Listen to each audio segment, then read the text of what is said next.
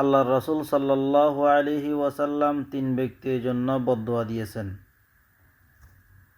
যখন আল্লাহর রাসূল সাল্লাল্লাহু আলাইহি ওয়াসাল্লাম জুমার দিন খুতবা দেওয়ার জন্য মিম্বরে উঠলেন, প্রথম সিঁড়িতে যখন পা দিলেন তখন আল্লাহর রাসূল সাল্লাল্লাহু আলাইহি ওয়াসাল্লাম আমিন বলেছেন।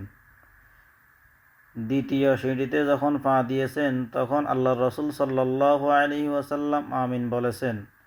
যখন তৃতীয় সিঁড়িতে আল্লাহর রাসূল সাল্লাল্লাহু আলাইহি ওয়াসাল্লাম পা রেখেছেন তখনও আমিন বলেছেন। আল্লাহর রাসূল সাল্লাল্লাহু আলাইহি ওয়াসাল্লাম যখন খুতবা শেষ করে অবতরণ করলেন তখন আল্লাহর রাসূল সাল্লাল্লাহু আলাইহি ওয়াসাল্লামকে সাহাবায়ে কেরাম রিজওয়ানুল্লাহি আলাইহিম আজমাইন প্রশ্ন করেছেন, ইয়া রাসূলুল্লাহ সাল্লাল্লাহু আলাইহি ওয়াসাল্লাম, আপনি যখন খুতবা দেওয়ার জন্য মিম্বরে উঠলেন তখন মিম্বরের তিনটা সিঁড়িতে তিনটা পা রাখিয়া তিনবারই বললেন আমিন আমিন, এটার কারণ কি? তখন আল্লাহর রাসূল সাল্লাল্লাহু আলাইহি ওয়াসাল্লাম বলেন, জিবরাইল আলাইহিস সালাতু ওয়াসসালাম আমাকে এসে বলেছেন, যে ব্যক্তি এই রমজান পাইয়াও তার গুনাহ মাফ করতে পারল না, ওই ব্যক্তির উপর আল্লাহ তাআলা লানত। তখন আমি বললাম আমিন।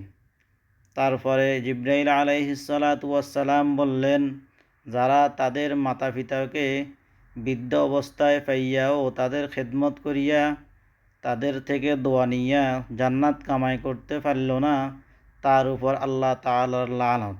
তখন আমি বললাম আমিন। তৃতীয় ওই ব্যক্তি, যে ব্যক্তি আমার কথা আমার নাম শোনার পরেও দুরূদ পাঠ করল না আমার উপর, ওই ব্যক্তির উপর আল্লাহ তাআলার লানত। এই তিন ব্যক্তির উপর সর্ব অবস্থায় লানত। তখন আল্লাহ রাসূল সাল্লাল্লাহু আলাইহি ওয়াসাল্লাম জিবরাইল আলাইহিস সালাতু ওয়াসসালামের কথার উত্তরে লানত বলেছেন। তাই আমি সকলকে বলবো, এই রমজানে আপনাদের গুনাহগুলাকে মাফ করিয়া আল্লাহ তাআলার দরবারে নিজের আমলগুলা বুলন্দ করার চেষ্টা করবেন এবং যাদের মাতা পিতা বৃদ্ধ অবস্থায় আছে তাদের থেকে দোয়া নিয়া জান্নাতের বাগী হওয়ার জন্য চেষ্টা করবেন।